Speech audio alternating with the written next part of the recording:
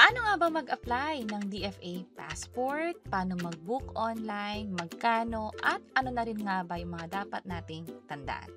By the way, kung first time mo sa channel na to and gusto mo pa ng mga online tutorial videos katulad nito, please click the subscribe button.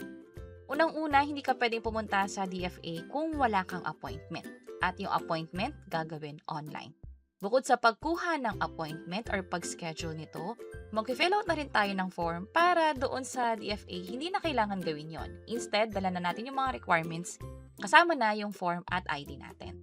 So, i-search lang ang DFA passport. Dapat makita nyo yung passport.gov.ph. Ito lang yung tamang link, wala nang iba.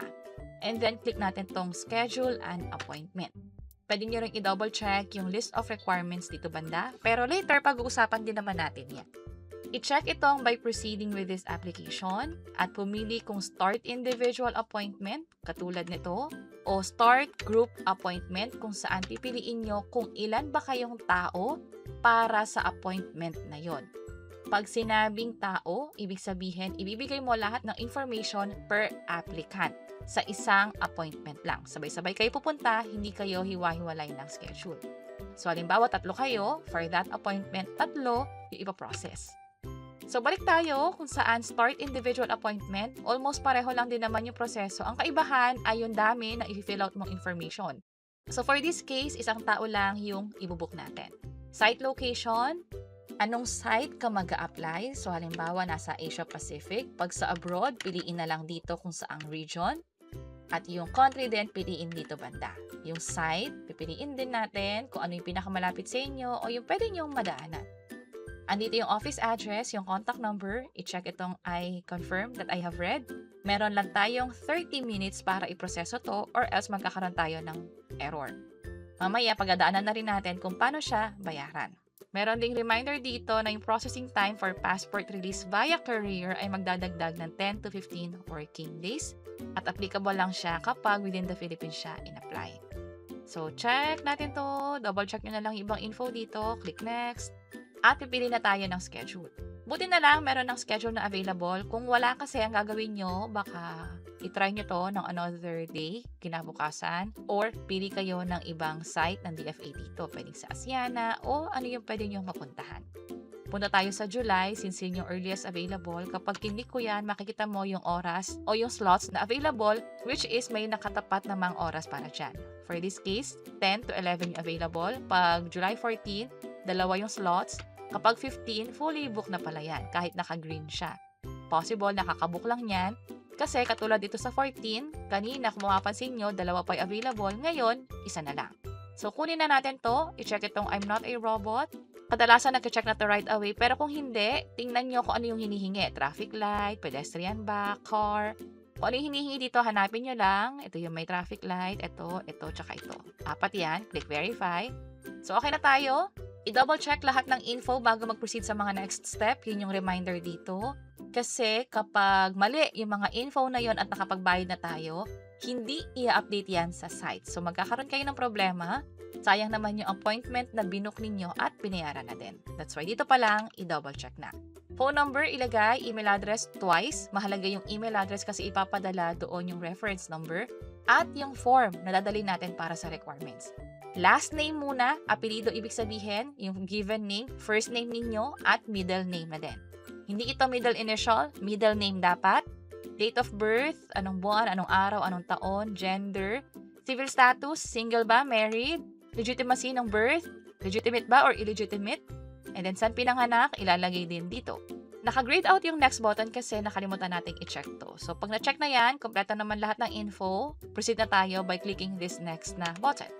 By the way, pwede itong i-proseso gamit din yung cellphone ninyo. Magiging magkaiba lang yung view, mas magiging maliit. Pero ginagamit natin yung computer para nga naman mas malinaw for tutorial. Father's information at mother's information. Pag sa father, una ulit yung apelido, given name, middle name, country, citizenship. Pag mother's information, maiden name. Ibig sabihin, pangalan niya nung dalaga pa siya, hindi nung nag-asawa. So, most likely kung ano yung middle name ninyo ngayon, yun yung last name nung nanay nyo. Click natin yung next kapag okay na. Nasa application information na tayo. So, mapapansin nyo, mabilis lang to. Application type, new, renewal, lost ba? Sa atin, new, Basis nung citizenship natin, by birth ba, election. So, pili lang dyan. Foreign passport holder. Kung yes, piliin yung bansang nag-issue nung passport na yon. Kung no naman, click nyo lang to and i-provide na yung emergency contact person, maging yung contact number niya. Click next. Nasa contact information na tayo, ibig sabihin yung address natin, saang city, saang province, at yung trabaho natin. Office number, office address, hindi naman required kasi walang asterisk. So, i-leave ko na yan. Click ko yung next. And nasa review part na tayo kung saan dito nyo mas makikita kung meron bang mali. Ito na rin yung last chance to edit yung mga information na pin-provide natin. Pwede nyo i-click to and then i-update nyo lang. Scroll down lang kayo hanggang baba. Kapag okay na, scroll up lang ulit and then click save. Scroll down ulit kasi kailangan tayo mapunta dito sa I'm not a robot. I-check yan at i-check din tong I am aware. Click confirm. Baka mamaya makakuha kayo ng error na katulad nito. Ibig sabihin yan, uulit-ulit kayo kasi lumagpas kayo ng 30 minutes. Pero kung hindi naman, diretso kayo dito. Payment method. At ano yung processing type? Yung regular ba na aabot ng 12 working days para sa lahat ng DFA offices? Or 1,200 para sa mas pinabilis? So, sa akin, ang gagawin ko is yung regular. Pero kung special processing, ito naman yung magiging charge dyan. 1,200 yung charge. For regular, nasa 950. Later, tingnan natin kung meron pang convenience fee. E-payment via Maya, debit card ba, or over-the-counter or cash payment dun sa mga payment centers nila. Kapag over-the-counter payment or cash payment, hindi sa DFA babayaran. Sa mga partners nila. Later, i-check natin yan. Other services, pick up lang tayo. Nakalagay dito na yung Passport Releasing Service Center ay itong nasa listahan lang. Ngayon, pagpunta nyo sa DFA doon sa site, kapag sinabit nyo na yung requirements, pinaprocess na yung passport ninyo, ibibigay sa inyo kung kailan ba kayo babalik. At kung saang service center, i-release at i-claim yung passport ninyo. Tandaan na sasabihin nila sa inyo kung ano yung mga requirements na dapat dala ninyo sa pag-claim din ng passport ninyo. So, 950, click natin tong Pay Now. May reminder na hindi ito refundable, hindi natatransfer, at meron lang tayong 24 hours para bayaran ito. Kung gusto nyo i-double check in Tagalog, andito rin yung instruction o yung mga paalala.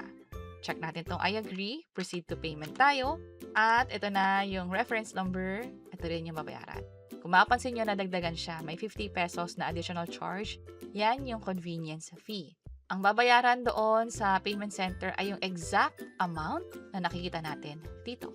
Kung magbabayad pala kayo ng multiple reference number, hiwalay na bayad per reference number. Pa-isa-isa para mag-generate din ng confirmation per transaction or per individual na din. Hihintayin yung confirmation email kung saan nandun din yung form. Kung wala yung email, tatawag dun sa DFA para makapag-follow up. Pwede nyo i-download to. Ito yung kopya. Dito rin yung reference number. And then, ito nga pala yung payment centers o yung mga partner ng DFA para sa cash payment. So, scroll down nyo lang dyan. Hanapin nyo lang yung pinakamalapit sa inyo.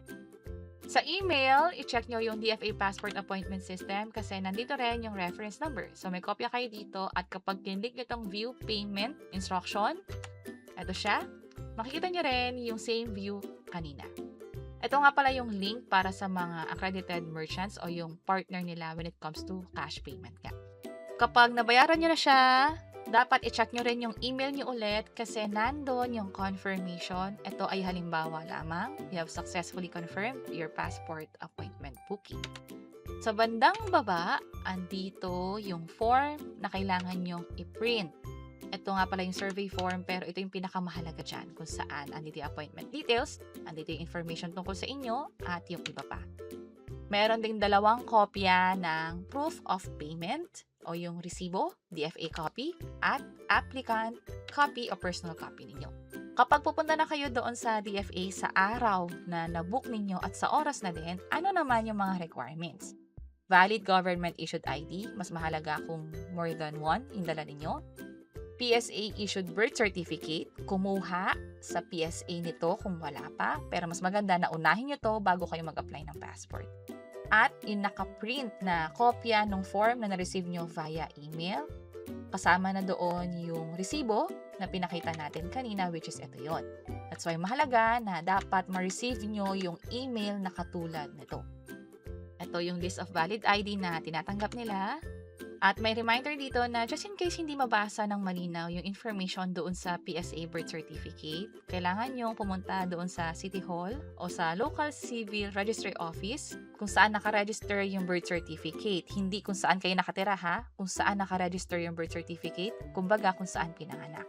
At mag-request ng certified true copy ng Form 102 at Form 1-A. Tandaan na kung sakaling may balak kayo mag-abroad, huwag magbaka sakali. Dapat unahin ang pag-book ng passport bago ang pag-book ng flight ticket.